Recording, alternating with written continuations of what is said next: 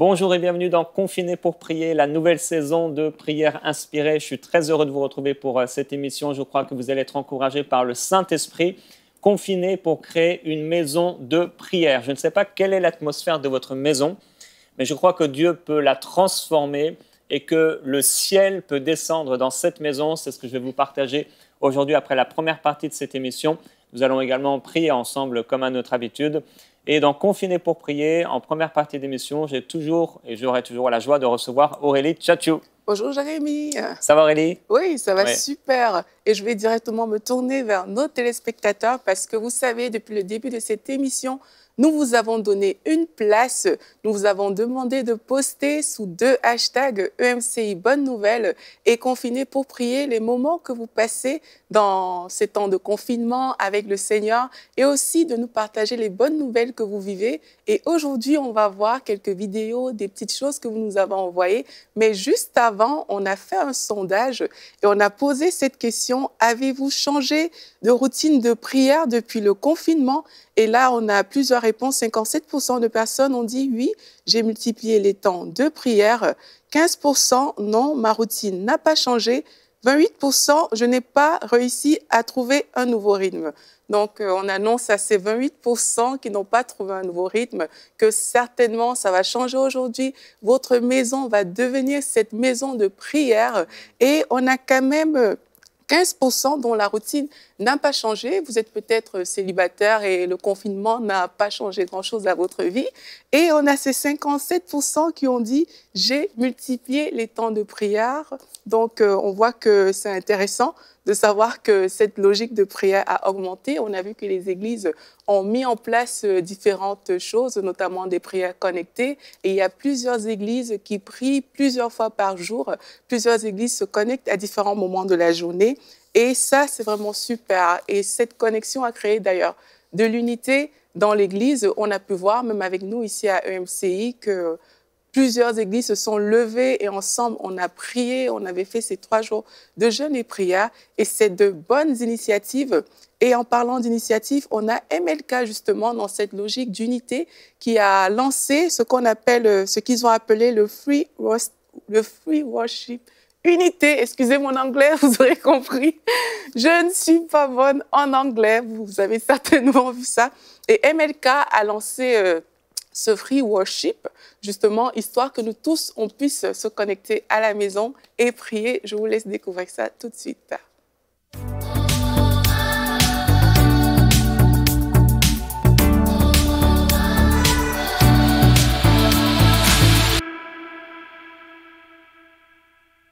Bonsoir à tous, on est vraiment ravis de vous retrouver pour ce live de louange Free Worship, le premier live de louange complètement dématérialisé et sans présence d'un public. D'habitude on le fait, mais il y a toujours des gens qui sont là, puis on le transmet pour les autres. Là, c'est vraiment particulier. On va aller vivre ensemble quelque chose alors qu'on est tous confinés dans nos maisons. Oui, ce terme « confiné » qu'on entend maintenant à tue-tête et qu'on ne connaissait pas avant, il faut s'y faire et ça va durer encore quelques semaines. Et dans le monde entier maintenant, nous sommes tous impactés. Alors, on s'est dit, mince, cette francophonie qui est confinée, comment elle pourrait être atteinte, comment elle pourrait être entretenue dans une vie de louange, dans une connexion rafraîchissante avec Dieu et avec les autres. Eh bien, ça va être chose faite ce soir. Free Worship va créer cet environnement possible avec plein d'artistes francophones pour venir louer avec vous dans vos maisons. Très belle initiative de la part de l'église MLK. Et en parlant d'initiative, on a Chrétien Lifestyle qui nous a partagé 5 initiatives que des chrétiens ont mis en place durant cette période de coronavirus. Et c'est vraiment très intéressant, comme on va le voir. Sweet Shop, une chocolaterie gérée par des chrétiens, s'est lancée dans la production des masques pour le personnel hospitalier du Texas. Que de beaux exemples. Il y a aussi le basketteur chrétien Stephen Curry et son épouse. Ils ont pris en charge plus d'1 million de repas destinés à des enfants défavorisés après l'annonce de la fermeture de plusieurs écoles dues à cette pandémie. Et on a l'ONG chrétienne Samaritan Pulse qui a déployé plusieurs hôpitaux de campagne pour accueillir un flux de malades. Et il y a l'église new-yorkaise qui a distribué plus de 2000 repas aux SDF tout en leur expliquant des mesures barrières. Il faut savoir qu'à New York, on a enregistré plus de 43 000 cas de personnes contaminées par ce virus. Et le site 247prayer.com propose des ressources pour aider la communauté chrétienne internationale à prier dans l'unité. Waouh, c'est vraiment de belles choses qui sont mises en place par différents chrétiens qui nous montrent que nous aussi, à notre niveau, on peut tout simplement choisir de briller. Oui, c'est ce qu'on doit faire. On peut s'unir aussi pour briller, comme on a vu tantôt. Et nous avons une citation de Dominique qui nous dit « Nous sommes confinés et le ciel est ouvert ». Oui, le ciel est ouvert, ça c'est une très très bonne nouvelle, alors que nous choisissons de prier, alors que nous choisissons que nos maisons deviennent des maisons de prière. Mais la grâce de Dieu est sur nous, elle est toujours là, donc c'est super de nous encourager de la sorte. Et cette grâce, elle n'est pas que sur les adultes, on la retrouve aussi dans la vie de plusieurs enfants. On voit des enfants qui prient dans certaines vidéos. C'est le cas du petit Jaden. Et on va voir comment lui, il a prié sous la puissance de Dieu.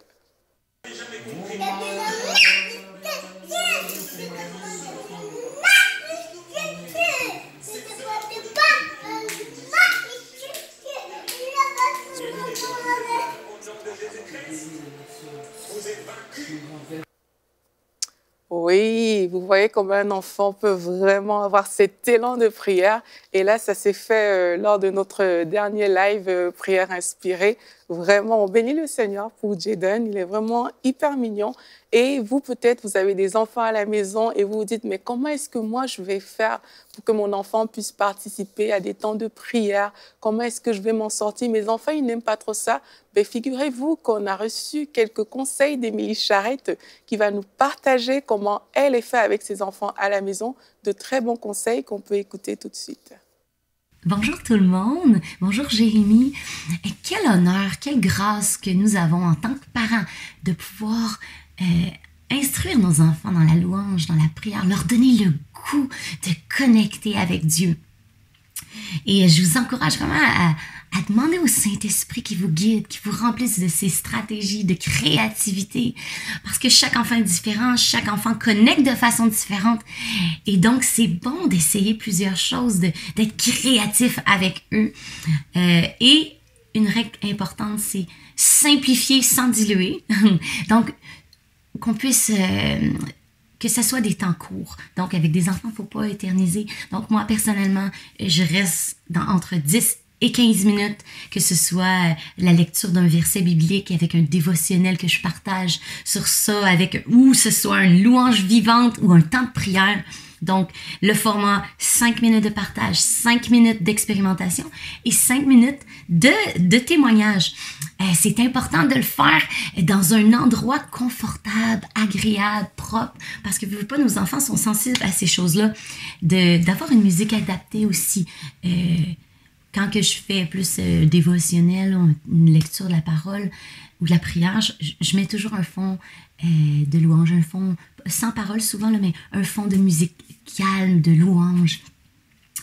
Et d'avoir toujours un langage adapté, d'expliquer le verset dans nos propres mots pour que, dans le fond, on s'assure que nos enfants comprennent.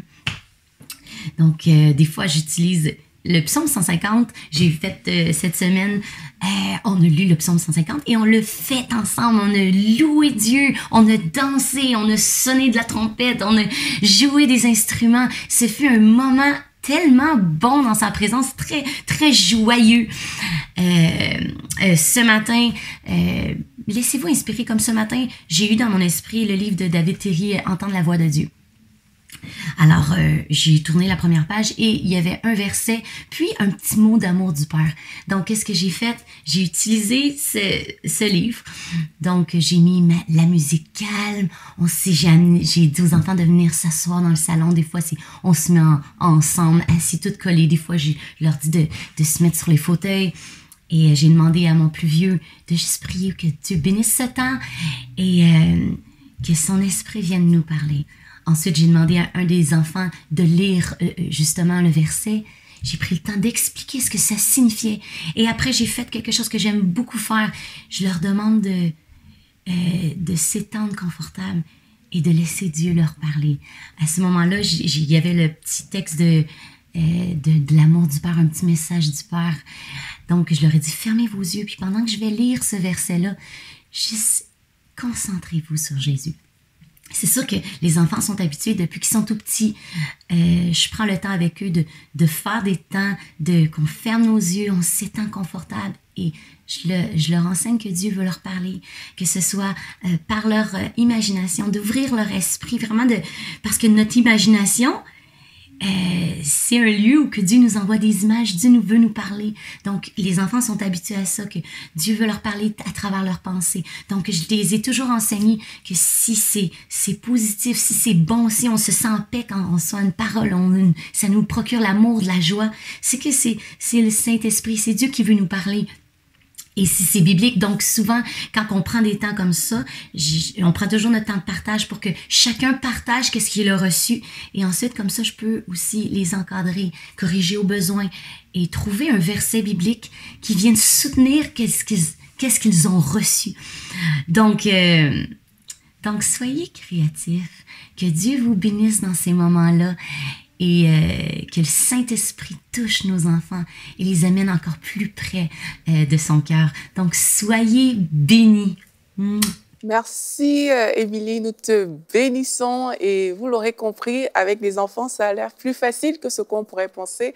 Le bon cadre, un peu de fun, le Saint-Esprit, et ça semble faire l'affaire. Vous aussi, certainement, vous avez votre rythme dans votre maison et partagez-nous ça sur nos hashtags Confinés pour prier, EMCI, bonne nouvelle. Et je vous laisse avec un dernier petit sujet de méditation. C'est une citation qui nous vient tout droit de Billy Sunday, peut-être vous ne le connaissez pas, moi non plus. Si vous êtes étranger à la prière, vous êtes étranger à la puissance de Dieu. Waouh, quelle citation. Merci Aurélie, merci d'avoir été avec nous. Frères et sœurs, dans Confinés pour prier, chaque jour, je vais vous partager un verset du jour, un verset de référence pour notre temps d'exhortation et de prière. Aujourd'hui, c'est une parole du Seigneur Jésus-Christ qui se trouve dans Matthieu au chapitre 21 et au verset 13. Et il leur dit, il est écrit, « Ma maison sera appelée une maison de prière, mais vous en avez fait une caverne de voleurs. » Et c'est vraiment mon désir pour vous, frères et sœurs, que votre maison soit une maison de prière. Alors dans ce verset, il y a deux parties. La partie où le Seigneur nous dit que notre maison doit être une maison de prière, que sa maison doit être une maison de prière. Et la deuxième partie, cette caverne de voleurs. Et c'est vrai qu'on prend souvent ce verset, cette parole du Seigneur Jésus-Christ pour parler de l'Église locale. Mais je crois que nos maisons doivent devenir des maisons de prière et que de la même façon que ici dans le temple, ce temple était devenu une maison avec des voleurs qui étaient là, qui ont pris la place de Dieu. Je crois aussi que dans nos maisons, à la maison, il y a parfois, pour plusieurs d'entre nous, une place qui n'a pas été donnée à Dieu. Et quelque part, c'est comme si on était en train de voler la place de Dieu. Et je prie que, quelles que soient nos différences, parce qu'on est différents, certains sont célibataires, certains sont mariés, certains vivent en famille, certains vivent dans des grandes maisons ou d'autres dans des petits appartements ou des petits studios. Mais quelles que soient ces différences, que personne ne puisse présenter d'excuses pour ne pas avoir de relation avec Dieu, pour ne pas avoir créé une maison de prière, mais que tous, nous puissions faire de nos maisons des maisons de prière et non une caverne de voleurs où on a volé la place à Dieu. Alors dans ce temps de confinement, c'est facile de pouvoir voler la place à Dieu en passant du temps à regarder la télévision, en passant du temps sur YouTube, etc., à perdre du temps. C'est facile de tomber dans une sorte de léthargie où on oublie de laisser la place à Dieu. Et Dieu, bien sûr, il veut avoir toute la place. Dans Genèse, au chapitre 28, j'aimerais prendre cette image que Dieu m'a donnée hier. C'est l'histoire de Jacob Il est écrit au verset 11, « Il atteignit un endroit où il passa la nuit car le soleil était couché. Il prit l'une des pierres de l'endroit, il la plaça sous sa tête, il se coucha à cet endroit, il eut un rêve. Voici qu'une échelle était dressée sur la terre et son sommet touchait au ciel. Et les anges de Dieu y montaient et y descendaient. Or, l'Éternel se tenait au-dessus d'elle. » Et je crois vraiment que, et c'est la pensée de l'Esprit pour aujourd'hui, dans ta maison, il y a une échelle entre Dieu et toi, et les membres de ta maison, de ta famille, si tu habites en famille. Et je crois vraiment que là où nous prions à la maison, peut-être tu pries dans ta chambre, peut-être dans le salon, peu importe, que le ciel peut descendre,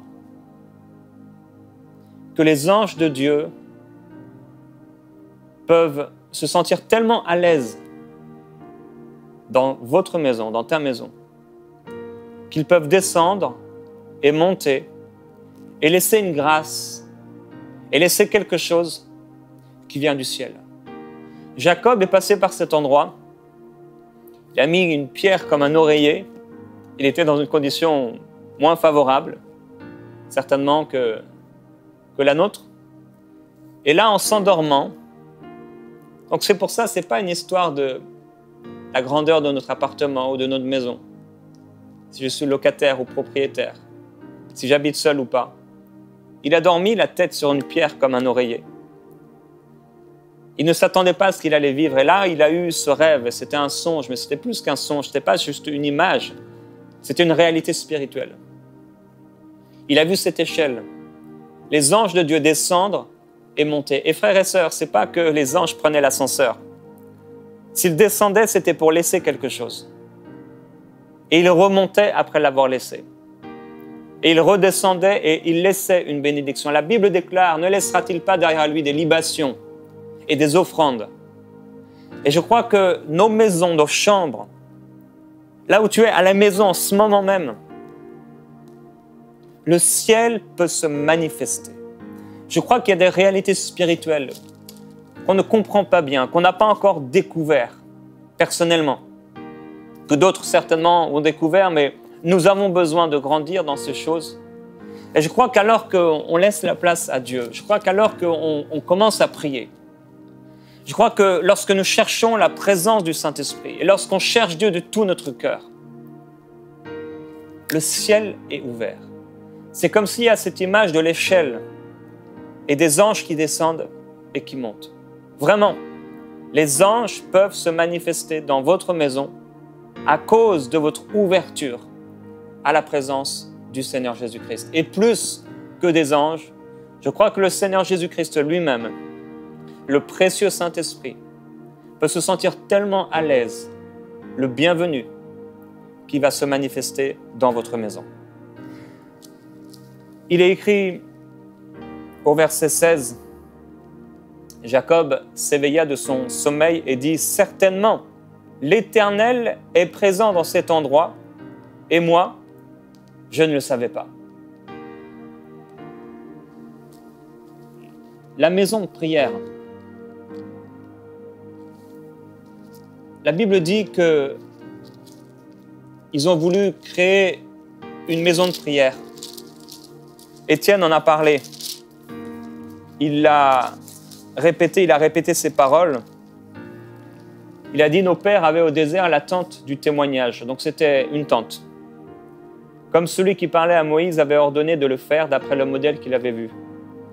Après l'avoir reçu, nos pères l'introduisirent sous la conduite de Josué dans le pays conquis sur les nations que Dieu chassa devant eux. Elle y restait jusqu'au jour de David, cette tente, cette maison de Dieu, qui obtint la faveur de Dieu et demanda de trouver une demeure pour la maison de Jacob. Mais ce fut Salomon qui lui bâtit une maison. Cependant, le Très-Haut n'habite pas dans ce qui est fait par la main de l'homme, comme dit le prophète. Le ciel est mon trône et la terre mon marchepied. Comme cette vision de l'échelle où Dieu était en haut et il descendait en bas. Quelle maison me bâtirez-vous, dit le Seigneur, ou quel sera le lieu de mon repos? N'est-ce pas ma main qui a fait tout cela? Alors, ils ont fait le temple. Et quand Jésus entre dans ce temple, ils disent c'est une caverne de voleurs. Il dit, je n'y habite plus. Et quand ce voile a été déchiré, c'est comme si la présence de Dieu était sortie. Ce qui séparait les lieux saints du lieu très saint. Parce que ce lieu très saint n'était plus quelque chose de physique. C'était quelque chose qui allait se manifester dans notre cœur. En fait, vous êtes et je suis la maison de Dieu. C'est pourquoi partout où je me trouve, la présence du Saint-Esprit peut se manifester. Je peux me retrouver, alors que je suis un esprit recréé par Dieu, né de nouveau, dans ma voiture, et ma voiture devient une maison de prière. Je peux me retrouver sur mon lit, et ma chambre devient une maison de prière. Je peux me retrouver dans ma cuisine, et cette cuisine devient une maison de prière. Je vous ai raconté il y a quelques jours, lorsque la présence du Saint-Esprit était sur moi un jour, et en allant au lit, je réalisais que je ne m'étais pas lavé les dents, et j'étais là en train de pleurer, en train de me laver les dents. Et je me souviens un jour, j'étais dans ma maison et j'ai eu soif. J'ai déjà raconté ceci certainement. Et alors je suis descendu dans ma cuisine, j'ai mis ma main sur la porte du frigo, et c'est vraiment particulier, j'ai senti que ce n'était pas une soif d'eau que j'avais, mais c'était une soif du Saint-Esprit. Et alors là, je me suis mis à genoux dans cette cuisine. C'était du carrelage froid. J'ai commencé à prier. Et pour la première fois de ma vie, pendant 1 heure, j'ai prié en langue et j'ai interprété ces langues. La présence du Saint-Esprit était descendue dans cette cuisine. Ma cuisine était devenue une maison de Dieu, une maison de prière. Jacob ne s'imaginait pas que Dieu était là. Il était simplement en train de voyager, mais Dieu l'avait précédé. Et Dieu l'avait accompagné. C'est pourquoi Moïse dit, Seigneur, si tu ne viens pas avec nous, ne nous fais pas partir d'ici. La présence de Dieu était tellement importante pour Moïse qu'il ne voulait pas partir, être quelque part, sans que Dieu y soit. Pourtant, Dieu lui avait dit, j'enverrai mon ange puissant. Mais il ne voulait pas partir si la présence de Dieu n'était pas avec lui. Gloire à Dieu pour les anges qui peuvent monter et descendre et laisser des grâces de la part du Seigneur. Mais rien ne pourra remplacer la présence du Seigneur Jésus-Christ. Alors oui, tu peux faire de ta chambre, de ta cuisine, une maison de prière parce qu'en réalité, tu es devenu la maison de Dieu. Comme il est écrit, vous êtes le temple du Saint-Esprit. Il n'y a plus d'excuses. Ce n'est pas la grandeur des pièces. Ce n'est pas le cri des enfants. Je suis le temple du Saint-Esprit. C'est pourquoi l'apôtre nous encourage. Priez sans cesse. Priez sans cesse. Et dans cette histoire de Jacob, il va se lever, il va donner un nom à cet endroit, Bethel, la maison de Dieu. Et il va dire, cette pierre que j'ai érigée en stèle sera la maison de Dieu, et je te donnerai la dîme sur tout ce que tu me donneras. Vous êtes la maison de Dieu. Et parce que vous êtes la maison de Dieu et parce que vous êtes chéris par Dieu, parce que le Seigneur vous aime, vous pouvez, partout où vous vous trouvez, remplir ce lieu de la présence du Saint-Esprit. Dans l'Apocalypse, au chapitre 1, on retrouve Jean. Au verset 9, il dit « Moi, je suis votre frère, je prends part à la tribulation, à la royauté et à la persévérance en Jésus.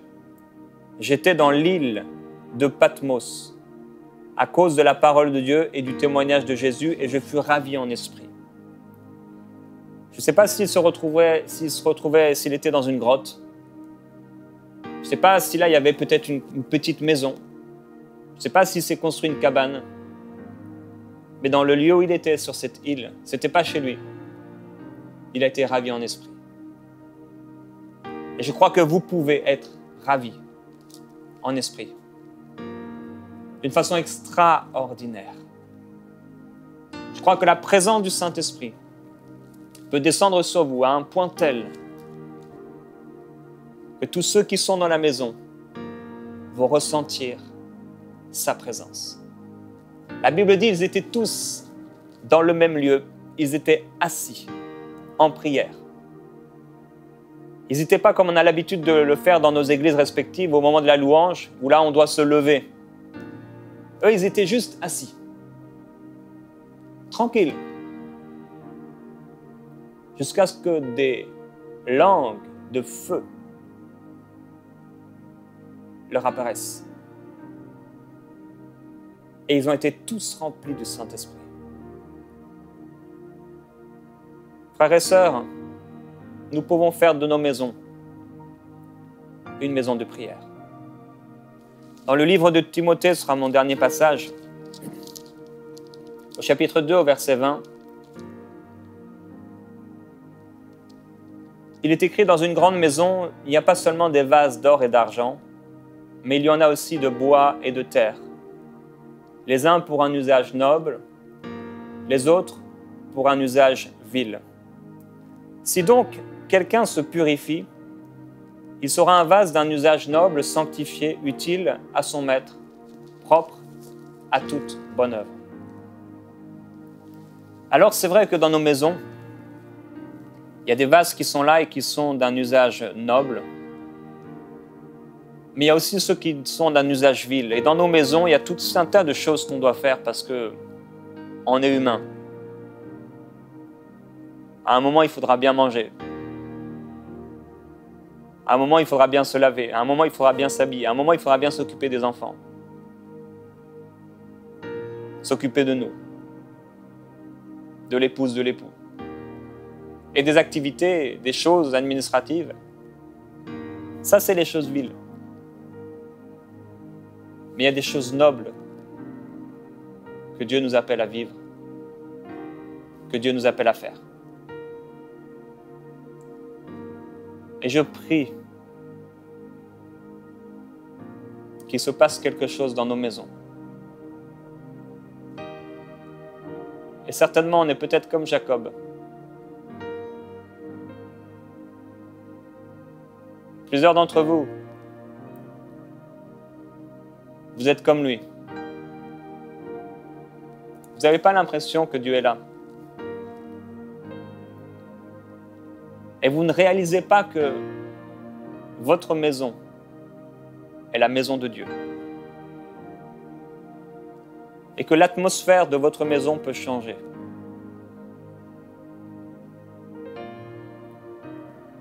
C'est nous qui choisissons quel vase on va être. Et c'est nous qui choisissons, à cause de l'autorité du Seigneur Jésus-Christ, l'atmosphère qui va régner dans notre maison. Il nous a donné l'autorité de faire de nos maisons, parce que nous sommes sa maison, des maisons de prière. Ma maison est une maison pour Dieu. Et alors qu'on entre dans ce temps de prière, j'ai vraiment à cœur que vous puissiez, surtout ceux pour qui ça résonne, déclarer avec moi, répéter ces paroles avec foi. Et j'aimerais pouvoir être pour vous un encouragement dans ce temps, que vous puissiez vous positionner dans la foi et déclarer avec foi et avec ferveur: je suis le temple du Saint-Esprit. Et la présence de Dieu habite en moi. Répétez-le, même si peut-être vous n'en avez pas envie. La parole de Dieu, lorsque nous la déclarons, lorsque nous confessons notre foi, la présence du Saint-Esprit se manifeste. Les choses sont changées. Alors déclarons: je suis le temple du Saint-Esprit. Et la présence de Dieu habite en moi. Jusqu'à l'avènement du Seigneur Jésus-Christ, Il ne me manque aucun don. Il n'y a aucun blocage dans ma maison. Aucune malédiction. Toute malédiction a été brisée. Et j'ai été béni. Et ma maison est bénie de toute bénédiction spirituelle. Ma maison se trouve. Elle est positionnée en Christ dans les lieux célestes. La présence de Dieu remplit ma maison, comme il est écrit, que la connaissance de la gloire de Dieu remplira toute la terre. Comme l'eau couvre les fonds des mers, la présence du Saint-Esprit, comme un fleuve, remplit ma maison. Personne dans ma maison ne pourra m'empêcher de vivre ce que j'ai à vivre. Aucun trait enflammé du malin ne saurait subsister, car le Seigneur est avec moi. Et il a dit que je suis le temple du Saint-Esprit.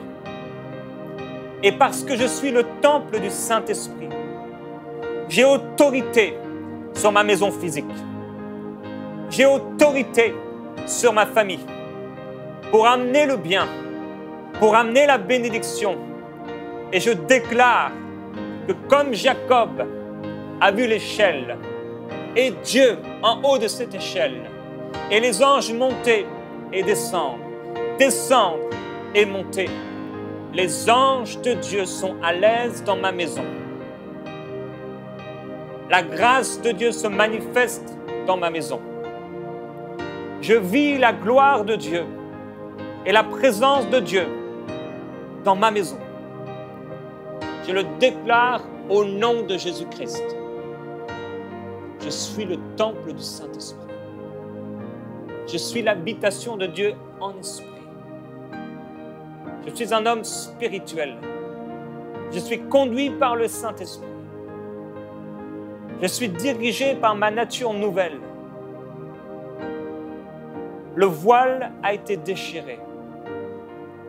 Le Seigneur m'appelle par mon nom et je le connais. J'entends sa voix. J'entends la voix du bon berger. J'entends son appel à la prière et j'y réponds. Et lorsque Dieu m'appelle à prier, je prie. Rien ne pourra résister à l'appel de la prière, à l'appel du Saint-Esprit. Et je déclare au nom de Jésus-Christ que l'atmosphère de ma maison est bénie. Je déclare que le sang de Jésus-Christ couvre ma maison. Que la présence du Saint-Esprit se manifeste avec force. Que les songes divins nous deviennent familiers. Que nos nuits sont remplies de la présence de Dieu. Que mes enfants sont remplis de la présence du Saint-Esprit. Je déclare que lorsque ma fille se lève, elle entend la voix du bon berger. Elle contemple le visage du Seigneur. Une parole de Dieu naît dans son cœur. Je déclare au nom de Jésus-Christ que rien ne pourra m'empêcher ou empêcher ma famille de vivre ce que nous devons vivre dans la présence de Dieu.